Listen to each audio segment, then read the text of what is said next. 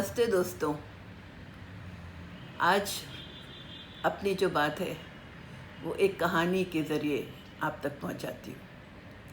दोस्तों, कहानियों से बहुत अच्छा संदेश मिलता है। जो बात हम बताने में काफ़ी वक्त गुजारते हैं, वो एक छोटी सी कहानी से पूरा का पूरा संदेश फटाक से पहुंच जाता है। ये कहानी मैंने ओशो के एक वीडियो में सुनी थी और मेरा मन करता है कि मैं आप सबसे वो शेयर करूं। एक भिखारी था और वो भीख मांग के अपना गुजारा करता था। सुबह वो निकलता था और घूम घूम करके भिक्षा मांगता था। शाम होते होते जो भी उसे मिलता था लेके घर आता था और अपनी पत्नी के साथ साथ साथ रहता था। जब वो जाता था तो वो अपनी झोली में थोड़े से चावल के दाने डाल देता था, ये दिखाने के लिए कि अगर कोई उसको भिक्षा देगा तो उसको लगेगा कि भाई इसको पहले भी किसी ने भिक्षा दी है तो ये ज़रूरतमंद ही होगा। इसलिए वो घर से ही कुछ चावल के दाने अपने झोली में डाल देता था और भिक्षा के लिए निकल पड़ता था। ऐसे ही एक दिन वो कुछ मुट्ठी भर चावल अपने झोली में डाल के भिक्षा के लिए निकला। जा रहा था और ढूंढ रहा था कि कोई मिले, और थोड़ा थक गया तो एक पेड़ के नीचे बैठ गया। तब तक में उसने देखा कि रास्ते पे राजा का रथ आ रहा है। वो तो देख के बहुत खुश हो गया कि मैं तो राजा तक कभी पहुंच ही नहीं पाया। जब भी मैंने सोचा राजा के दरवाजे पे जाके भिक्षा मांगूं तो अंदर जाने को ही नहीं मिला। आज तो मेरा भाग्य बहुत अच्छा है कि राजा का रथ सामने से आ रहा है, तो आज तो मुझे अच्छी भिक्षा मिलनी चाहिए। और वो ये सोच रहा था और राजा का रथ आके वहीं रुका। राजा उतर के आया और उस भिखारी से बोला, ये मेरा कपड़ा है, वस्त्र है, जो मैंने आपके सामने खोल के रख दिया है। आपको जो मनाए इसमें मुझे दे दीजिए। भिखारी कंफ्यूज हो गया कि मैं तो इनसे मांगने की उम्मीद कर रहा था और ये तो राजा मुझसे मांगने लगा। तो उसने कहा, राजा आप ऐसी बात क्यों कर रहे हैं? तो राजा ने कहा, आज सुबह मैंने संकल्प किया था कि मैं निकलूँगा और जो भी पहला व्यक्ति मुझे मिलेगा उससे मैं कुछ ना कुछ मांग लूँगा। भिखारी ने कहा, पर मेरे पास तो कुछ भी नहीं है, मैं तो खुद भीख मांगता हूँ, मैं आपको क्या दे सकता हूँ? राजा ने कहा, मैं नहीं जानता, मैंने ये संकल्प किया था, तो तुम जो भी दे सकते हो मुझे दे दो। अब भिखारी ने सोचा, अरे मेरी तो उम्मीदों पे पानी फैल गया। मैंने तो सोचा था आज बहुत कुछ मिलने वाला है और राजा तो मुझसे मांग रहा है और मैं इसे क्या दे सकता हूँ? क्यों?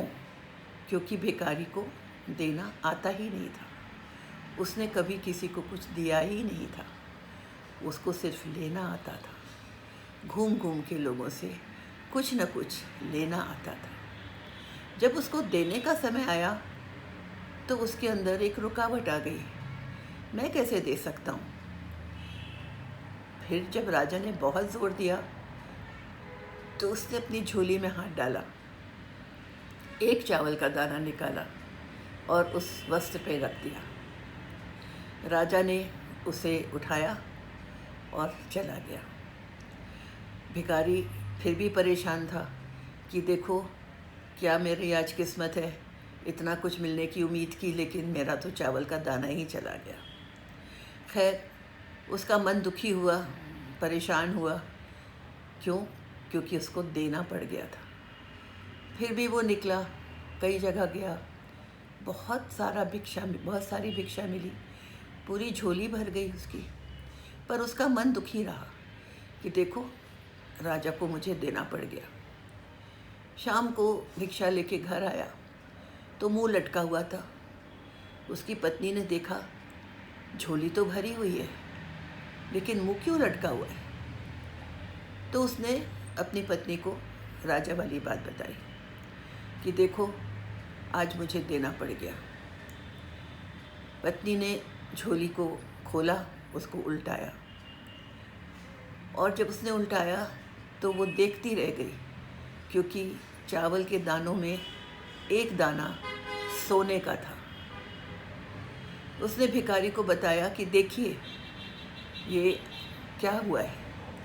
जब भिखारी ने देखा कि वो एक दाना सोने का हो गया है तो वो सिर पकड़ के बैठ गया। अरे अरे, ये मैंने क्या गलती कर दी, मैंने क्यों नहीं मुट्ठी भर चावल राजा के झोली में डाल दिया, तो आज मेरे पास मुट्ठी भर के सोने के दाने होते। लेकिन मिला क्या उसे, एक कण सोने के चावल के दाने का। यही होता है जीवन में। हम सबके बीच में ही ऐसे लोग हैं जो कि देना चाहते ही नहीं हैं, हमको आता ही नहीं है, हमें सिर्फ लेना आता है। हमें अपने घर में शुरू से ही माँ बाप से, रिश्तेदारों से, दोस्तों से, भाई बहन से, सबसे कुछ ना कुछ लेना आता है। शादी के बाद पति को पत्नी से, पत्नी को पति से लेना आता है। काम पे जाते हैं, वहाँ पर भी मालिक से लेना आता है। देना बहुत कम लोगों को आता है। मैं ये नहीं कह रही कि चावल के दाने देने या ऐसे ही कोई छोटी मोटी चीज़ देनी। मैं बात करी हूँ दिल से देने की बात, खुशी खुशी देने की बात, प्यार से देने की बात। दोस्तों, जब तक ये जज्बा हमारे अंदर नहीं होगा, हमें वो सोने के दाने नहीं मिल सकते। हमारा जीवन ऐसे ही रूखा सूखा रह जाएगा। और जहाँ हमारे अंदर ये जज्बा आएगा, हमें चाहे भौतिक चीज़ें मिले या ना मिले, पर हमें जो खुशियाँ मिलेंगी, हमें जो आशीर्वाद मिलेगा, उसकी तुलना सोने चांदी से भी नहीं हो सकती। इसके बारे में सोचिएगा ज़रूर। बाकी बातें बाद में करेंगे। नमस्ते।